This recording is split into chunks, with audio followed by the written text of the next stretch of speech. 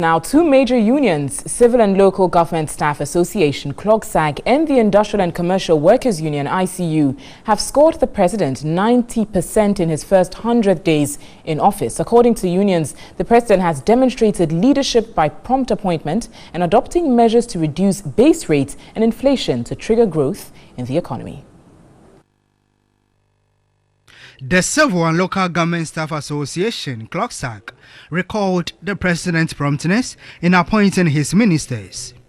It again added, with the appointment of the ministers, 12 ministries have now been created, which will lead to job creation.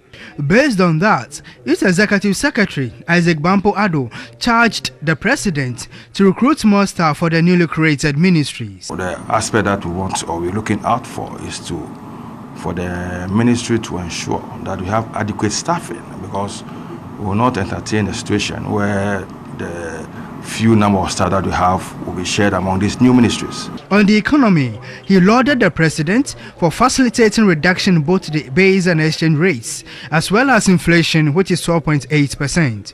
On vigilantism, the Executive Secretary lauded the president for not interfering in proceedings in court, unlike the Muntie 3 case. The Muntie case was a presidential pardon.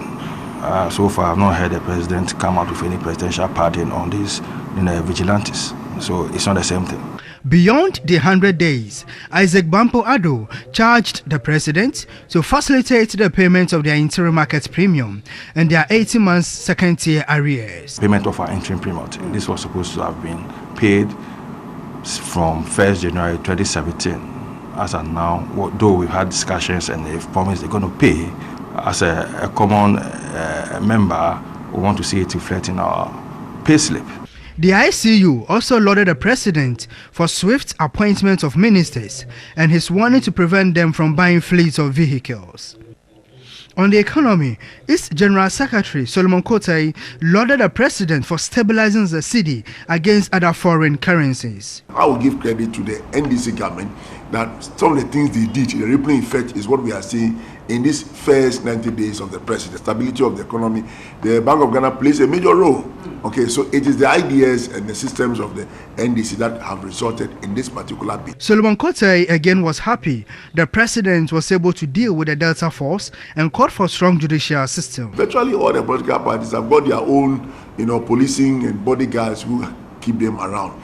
And if what the security experts are saying, that this can ferment and eventually lead to what we saw in Rwanda, we must be careful in Ghana that these things are discouraged to the latter.